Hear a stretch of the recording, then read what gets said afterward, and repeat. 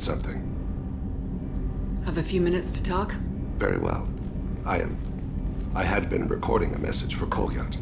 How are things going with him? It is difficult. All things worth keeping are. I never explained. I suppose the story of my wife's death took you by surprise. I figured you'd explain to me when you were ready. I appreciate your patience. I kept my work clear of our home life. I assumed that would be enough to protect Erica. That memory I mentioned before. Laser gun trembles on the target's skull.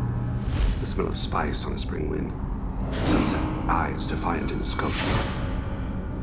That was Erica. That was how I met her. She saw my targeting laser as she walked by and threw herself in the way. I guess she impressed you. She woke me up. Her body trembles.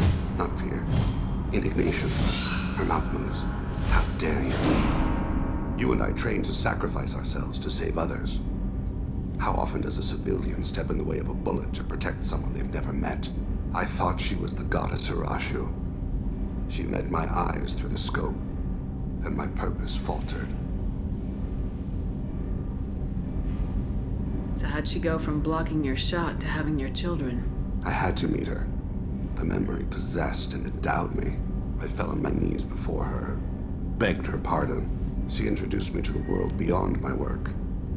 Eventually, she forgave me. Later, she loved me. When you talked to Kolyat, you said she died. I let myself become complacent. I thought Erica and Kolyat were safe.